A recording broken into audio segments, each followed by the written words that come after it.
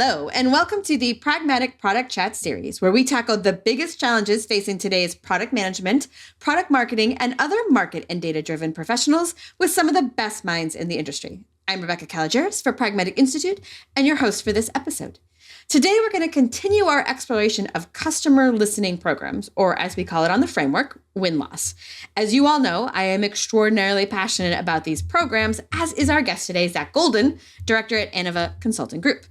After Zach's last appearance with us, he and I were talking about how the firms that get the most advantage from win-loss programs really see it as a program, not a project, and how hard that was sometimes for people to understand. So when he pitched bringing on a client to talk through the experience, I was all in. But this just isn't like just some client. This is a really great program we're going to get a peek into. So please help me welcome today Steve Stano, the Executive Director of Marketing at one of Wall Street's leading investment banks, where he oversees equity solutions for thousands of companies and where he has built out a 360-degree customer learning program. So welcome, Steve, and welcome, Zach. Awesome. Thanks for having me. Thanks for having us. Oh, my pleasure. Now, Steve, one of the things I always ask people, like when they start on the show, and that Zach's had the honor of answering before, sort of like your origin story, right? Like what kind of how you got where you are today and why you are so passionate about customer learning programs and the sort of advantages they bring. Sure. And oh boy, big question. We like to start really big. Totally. Listen, I've been within the FinServ industry for 15 years now. In fact, I started my career when I got out of college, not to date myself, in 2009, and went to a 2-year rotational program at Citigroup and had a chance to hold a variety of roles, but then landed in marketing. And obviously, since I moved on from Citi to now my current employer being one of the largest on Wall Street, it's been a story of evolution. Coming into the firm, supporting marketing, and now after 10 years, leading a team of 6 highly talented individuals that cut across 4 verticals, being acquisition, client marketing, events and experiences, as well as communication. And the whole way that I've ended up getting here is by creating strong partnerships with marketing leadership and business partners, but then also being a leader to those that are on my team, but also to those that are not part of it. And ultimately, that's a little of my origin story and some tips in terms of how others can replicate some of that success.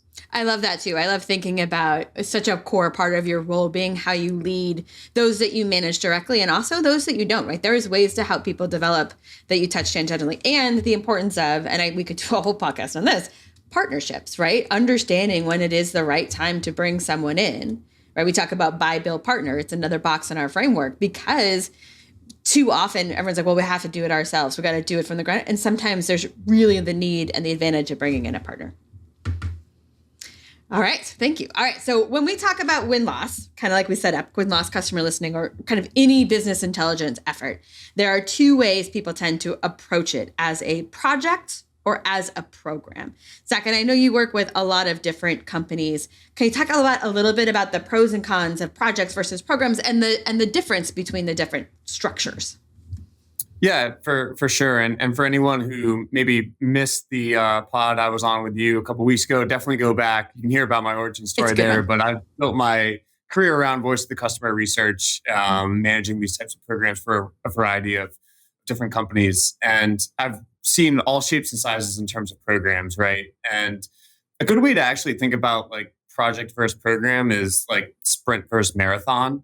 And just even talking about like the initial use cases first, sprint obviously implies shorter duration, right? And so typically, the ways an organization might be trying to use more of that type of program is one, just seeing trying to do a trial to see initial results. But let's assume that you are going to get the value and the results that you're hoping to see. Another one is like diagnostic. So maybe you lose a few clients and you really want to diagnose what's going on with churn. Just quickly dropping in, doing that diagnostic. Another would be like obviously immediacy, capitalizing on timing. One thing we see a lot of times is like when a new leader comes into an organization, maybe like hiring a new head of sales, there's a desire for that person to really get results quickly so they understand what they're coming into. they want unbiased data on their team's performance and marketplace perception so that they can figure out how to move forward from there. Another use case would be like building towards a compelling event. So maybe it's like a board meeting or a sales kickoff. There's a pivotal moment where you need results by so that you can share them. And so that would be another use case for really capitalizing on speed, because that's pretty much the biggest pro of like a project-based approach. Obviously getting results quickly. I would also say another pro is focus. So because it's a shorter duration, it really allows stakeholders to be really actively engaged for the entirety of the project. So those are some things to think about. There are the flip side though, like just like timing and focus can be positives. There are some cons that go along with them. Because it's a shorter duration, a compressed time frame really allows very little room for things like course corrections, iterating on the feedback that you are collecting. And because there's a narrower window for focus as well, you might not be able to capture a large enough sample that the results are extremely impactful or representative enough for decision making.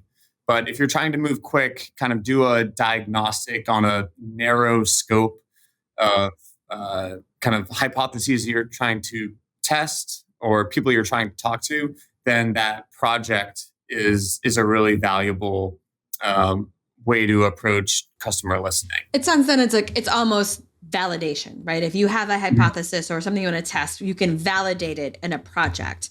But if you want to include discovery, right? If you want to also hear the things you don't already think you know, that would be very hard in the sort of shorter term focused effort of a project.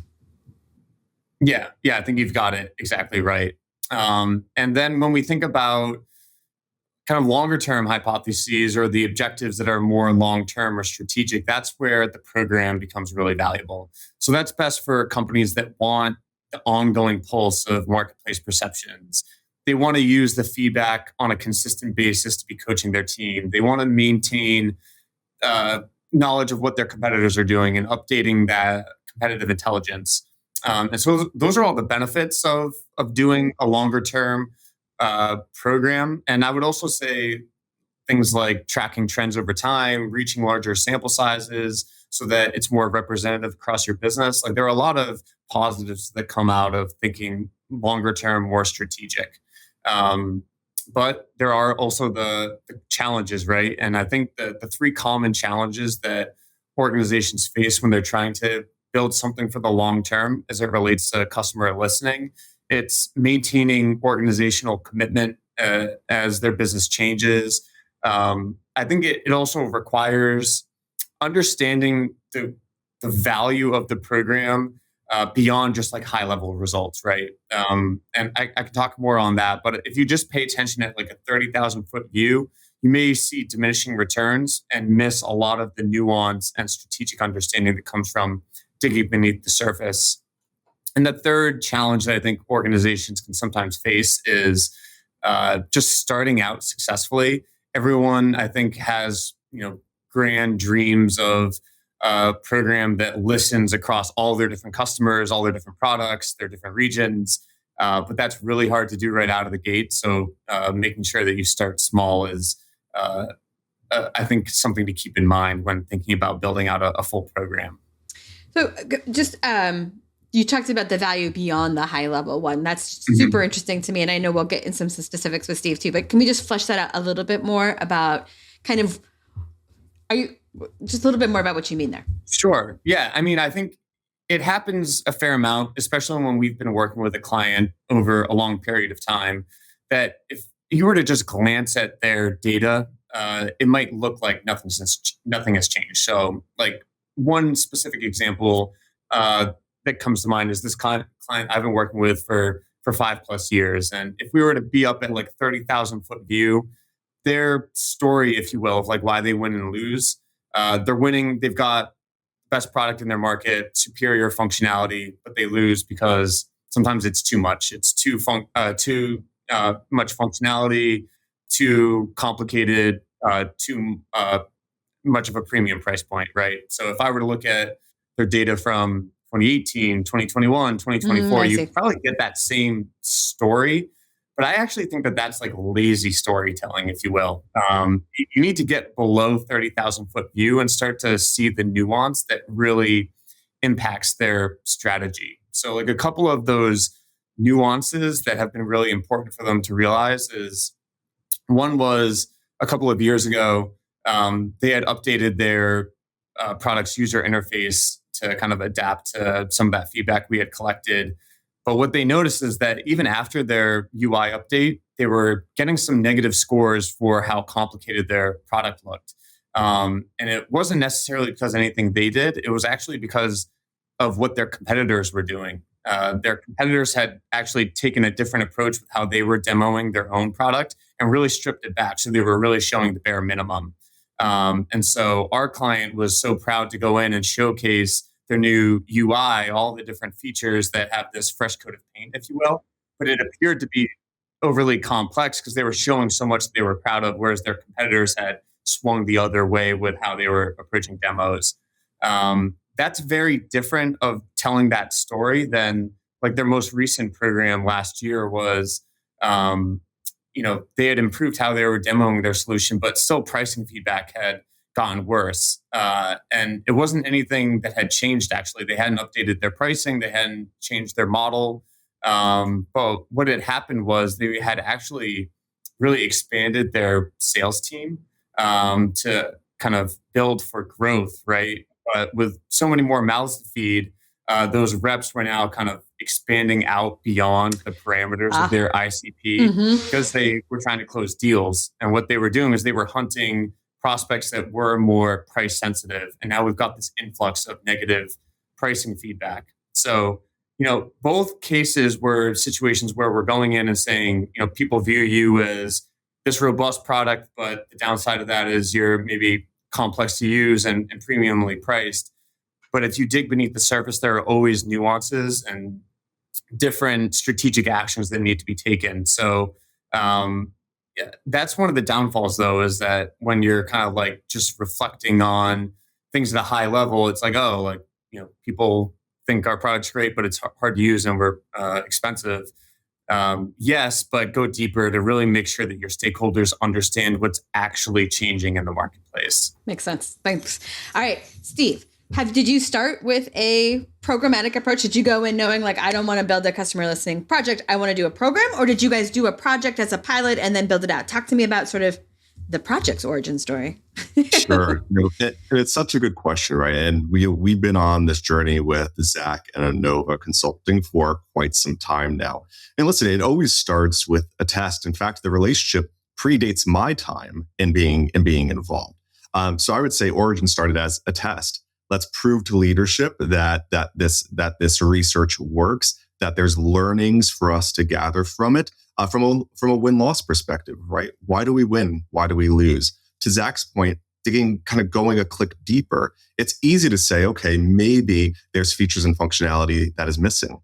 But what is missing? How does that stack up against your competitors? And then from there, when I started to become more involved with the program, we started out continuing win-loss. But then it was a question of how do we provide more value to our business partners and to our marketing leadership? We have a view on newly closed one-lost opportunities, but what about those tenured clients that we lose to competitors, right? That's a big one. It is far less expensive to keep a client than it is to win a client. And then you start to ask questions about pre-RFP. Why are clients starting to head into RFP? How do you get ahead of that to prevent attrition? So it's been very programmatic over the last 5 years, and it's very much been a story of growth. Start early by testing, build out, add more to it, and then you uncover those unseen insights that marketing and business and our business partners hadn't seen themselves. So it's been a 5-year journey and one that is continuing to evolve as we move forward to provide more market intelligence to both, again, marketing leadership as well as business partners. So I think it's interesting too that at your organization, the win-loss program lives in marketing. That's where I've always had it. That's because that's what I do. But we see it in different places. Sometimes we see it on the product side. Sometimes we see it on the sales side. I've seen it on operations side. With it being in marketing, I think it's interesting because we talk about win-loss and marketing programs, and we often talk about the effects on the sales team, right? What the sales people are going to learn. But I'd love to dig in, like, what is your marketing team? Not that we won't talk about sales, but in particular, how does your marketing team, how do you guys take the information and the intelligence that you get through Anova's programs and really kind of modify your approaches or tweak or improve or look at? Yeah, sure, absolutely. And you actually touched on a really important point, right? Why does this live within marketing? And and to your point, it's lived within your marketing teams in the past, and still, and maybe still does. But from my team's perspective, we see it very much as an evolution of marketing, or rather the evolution of a chief marketing officer in many ways. In fact, if you look at PwC's Market Pulse report focusing on marketing, they talk about the evolution of CMOs, chief marketing officers, from being less marketing to being more of a revenue and business driver. In fact, marketing is becoming much less of a cost center, much more of a growth partner. So this is very much part of that story. So then to bring it home in terms of why it lives within my team, besides those points, is we found a way to unlock value of market intelligence, in this case, win-loss, churn, pre-RFP, or maybe roll it up and say voice of the customer in many ways. But to be able to unlock those insights, not just to help marketing, but also to help influence the business in terms of prioritization, resources, future investments, and much more. One of the ways that my team has benefited, though, is when we look at the topics that are top of mind for newly closed, won-lost opportunities, lost clients, and more, we have the ability to flex our marketing strategies based off of real-time intelligence. So it could be that, let's say for technology companies, they're thinking more about how do we continue automation? How do we think about, let's say, AI versus healthcare, maybe focused more on regulatory. And of course, regulatory cuts across both. But you can see how for each industry, there's different things that matter. In turn, how do we create content to address that? How do we engage with those technology or healthcare companies in a way that is more personalized to them? That's one of the ways that we've benefited, and much more in terms of how the business has benefited from learning about what they could be doing better from a servicing and sales perspective. Nice. So, what sort of frequency do you get feedback? Sure. So, it really depends on the on the interviews that we hand over, or rather, let me back up, the clients that we hand over, and then the clients that end up signing up for interviews. So at this point, we have monthly updates coming from Anova. But actually, I do want to share a little bit of a key learning from more recent intelligence.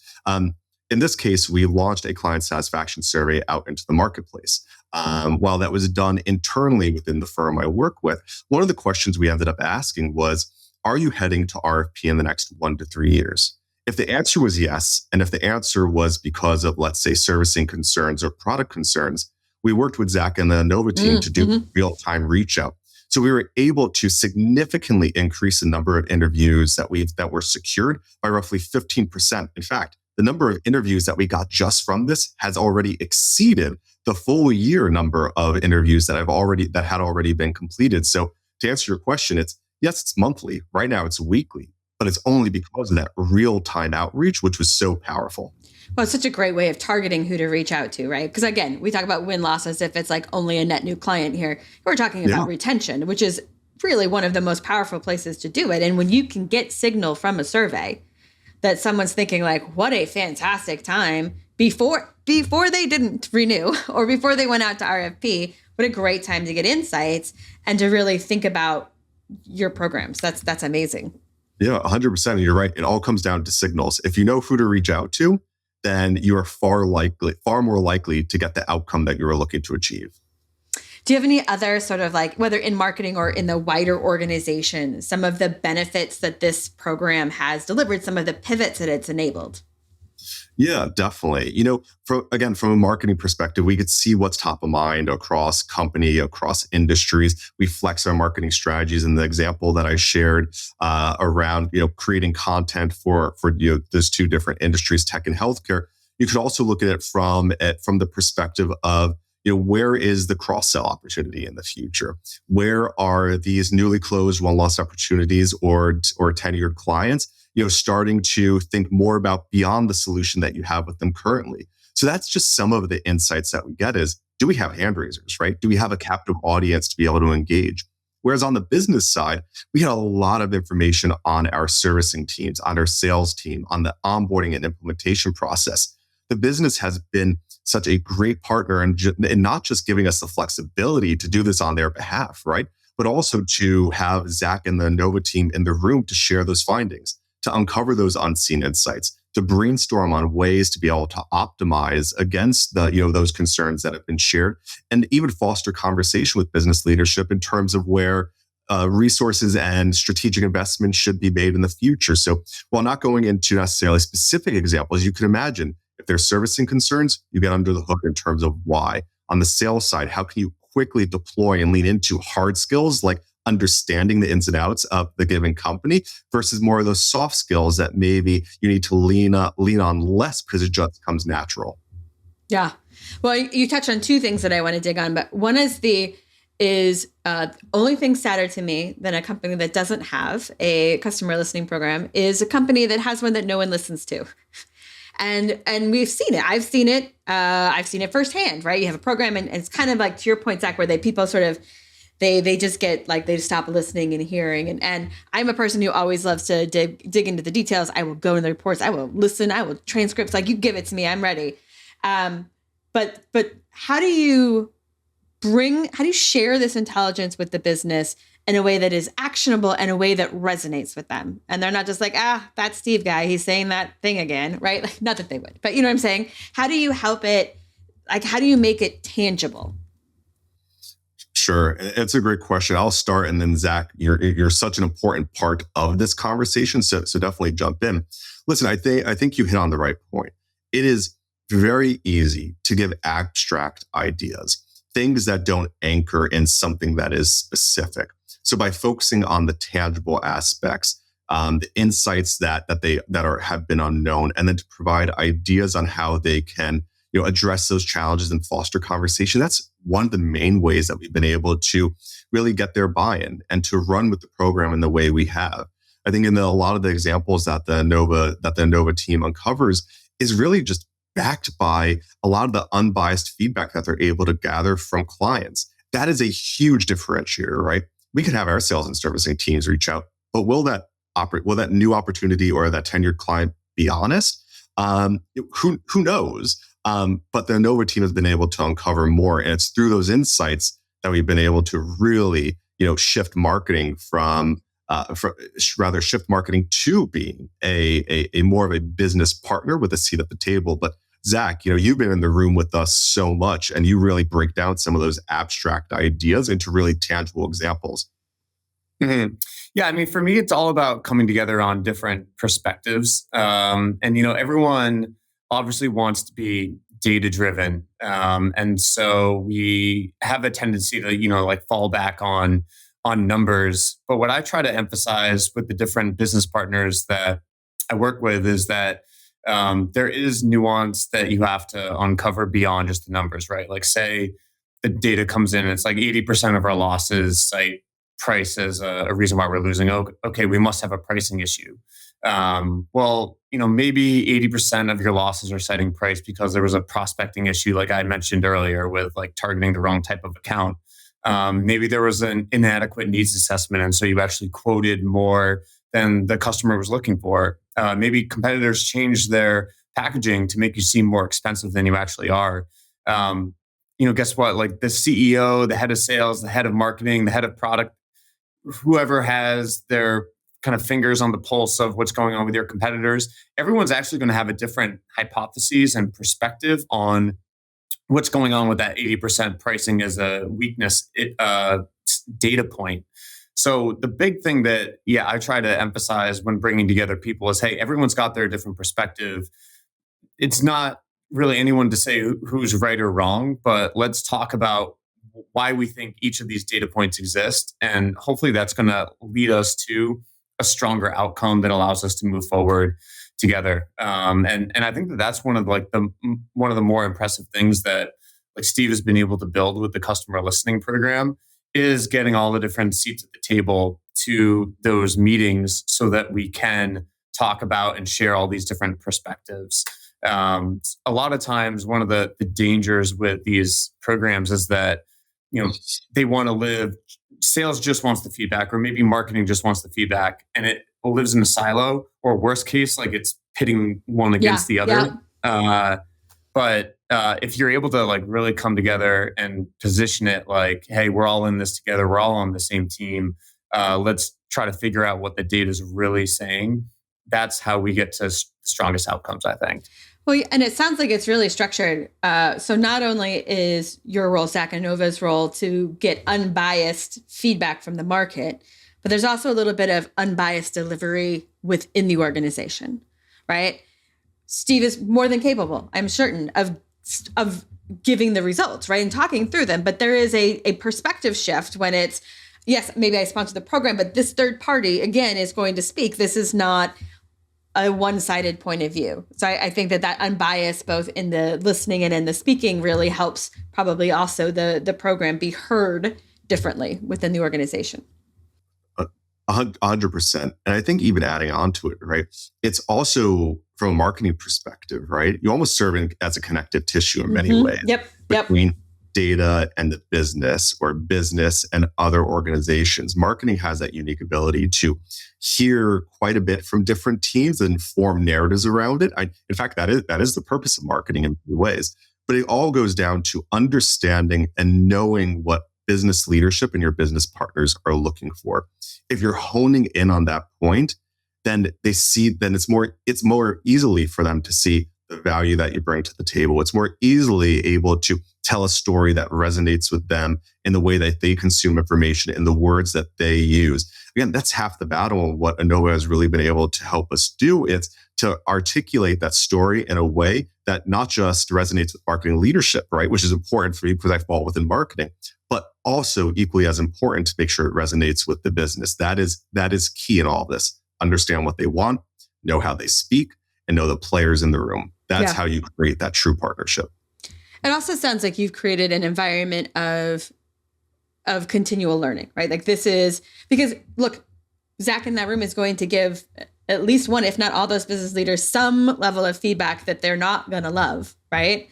I doubt he gets to stand there and be like, everything is perfect. Thank you for coming, right? So there's going to be places where we're shining lights on some of our own cobweb. Like that's the point of the program, right? Is to help us find the things that aren't working, that we're not seeing. In fact, one of the things that comes with some. No, I was going to say one of the things that our business partner, that our business leader says is feedback is a gift, and we very much went by that. Yeah.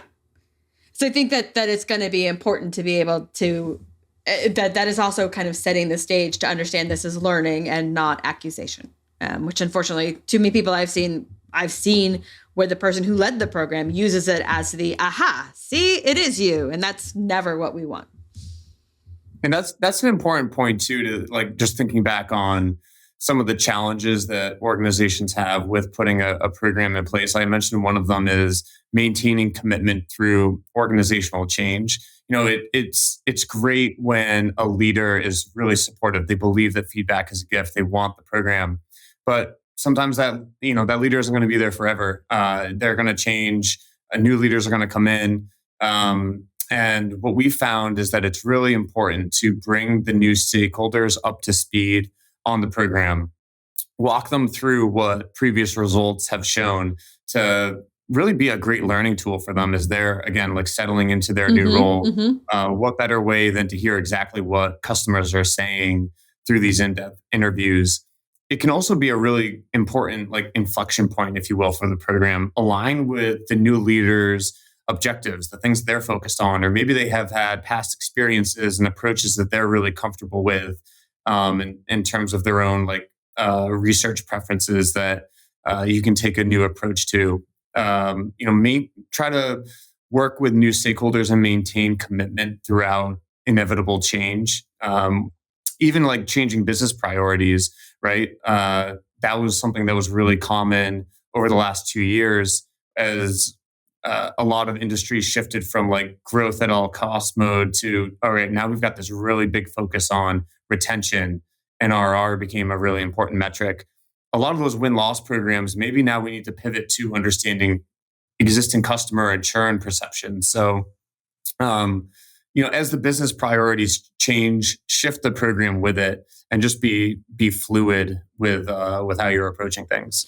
It's one of the things you guys both highlighted, I think, that I find that separates Zach Anova from a lot of the other sort of win-loss programs I talk to is is your focus on being a partner, not just for the program sponsor, but for the organization, right? Like often in some programs you see the program sponsor is sort of the end point, right? You guys talk through them and then there is a filter in here. But when you have access to the wider organization and understanding a little more first-hand perspective, again, I think it helps you build a more balanced program with value across more areas as well, right? Yeah, totally. I mean, I think the strongest programs are ones where there are multiple stakeholders from across the business. It really helps achieve like that cross-functional alignment, internal kind of like buy-in to what the company's strategic goals are. It's an overused phrase, but like singing from the same hymnal, if you will, like it's hard to achieve. And doing these types of programs and bringing together different stakeholders to try to get everyone marching in the same direction. It's one of the benefits of doing this. Yeah. Steve, would you say that the impact on the program, would you say it is more on your strategies or more on your tactics? I'll say both, right? Yeah. Strategy long-term, tactics on the short term. But I think what's equally a challenge in that, right, is it's one thing to provide insights and to have those insights be heard, but then how do you engage the business or prompt the business rather, or even in marketing, right, to take action on those insights? And I think that's where I start to think about the long term, that strategic approach. How do you start to influence the resources, the strategic investments for the future based off of the learnings that we have today? The learnings that we have today allow us to stay ahead of our competitors in the short term. But all it takes is a $1 or $2 or $3 billion investment by a competitor to catch up to us at some point. So how do we avoid complacency? That's where my mind starts to go. So I know your question was, how do we use it short-term, long-term, strategic, tactical?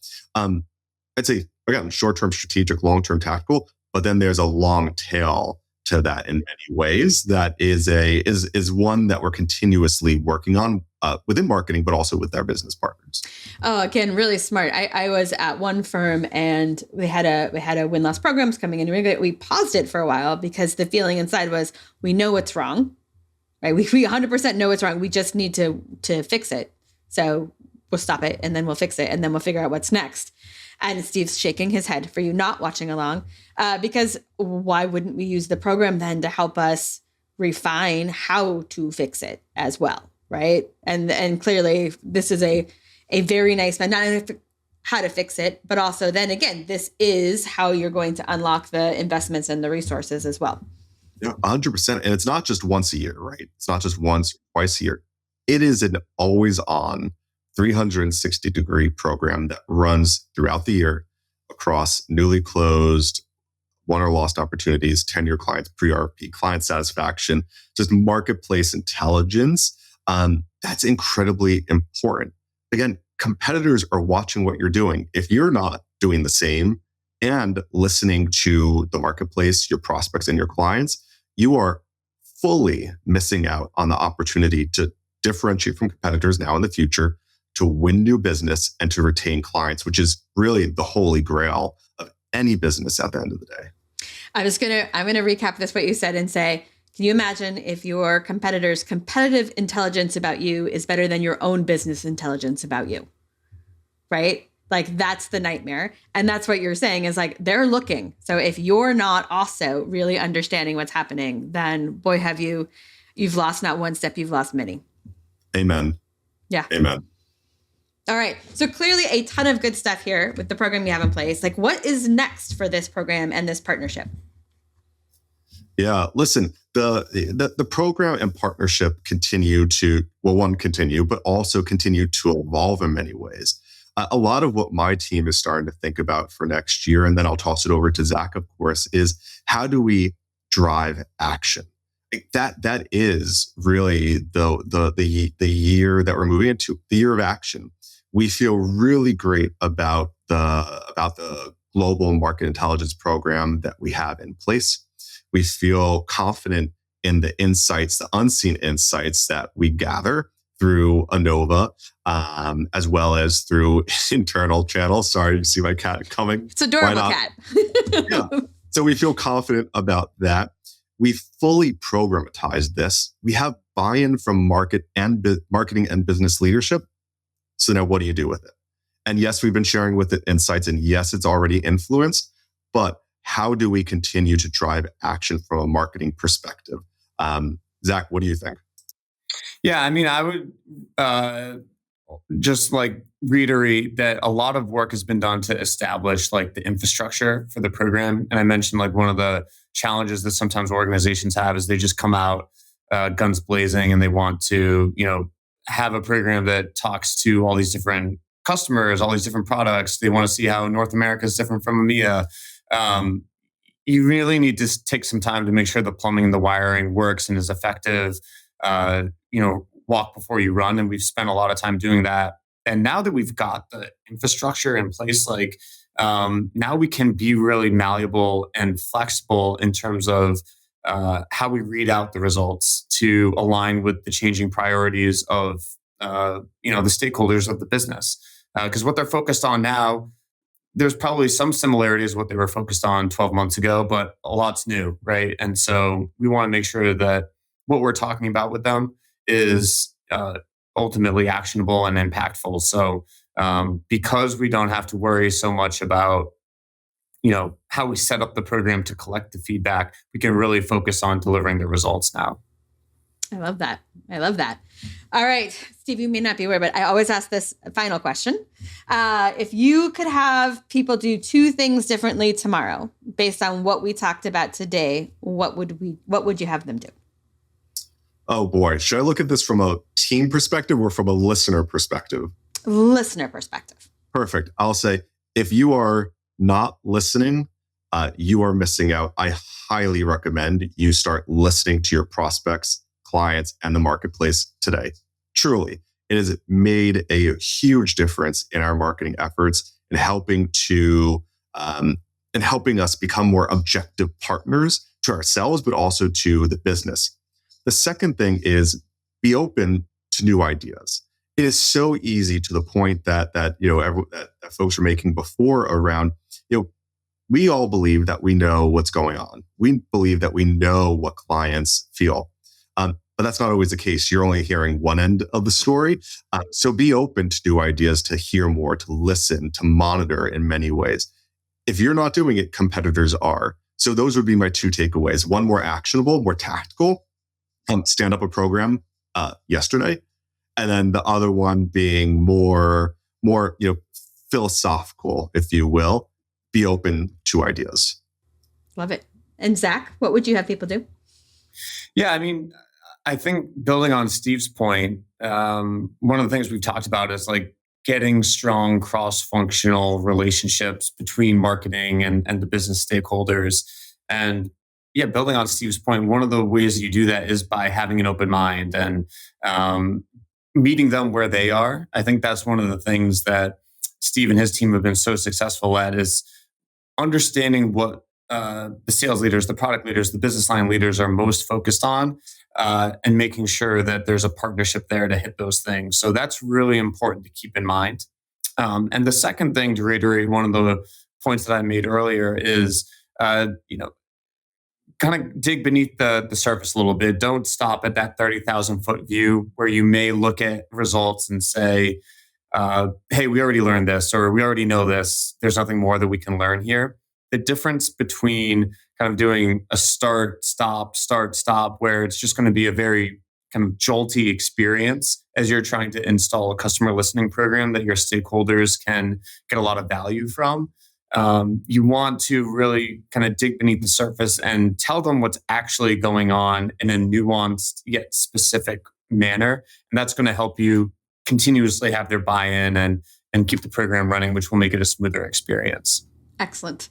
Excellent advice from both of you. Thank you, Zach and Steve, for joining us. This was an absolutely wonderful conversation, and I appreciate all the sort of insights and expertise. Awesome. Thank you so much for having us. Really appreciate it. And we hope that everyone that's listening enjoyed and found this valuable. Yeah, thanks, Rebecca. Absolutely. And it's to Zach's mom. I hope she enjoyed this episode as much as the last one as well. So, Zach's mom. Yes. All right. That does it for today's episode. Thank you, everyone, for listening. And don't forget to join us next week when we tackle another great topic designed to help you elevate your product, your company, and your career.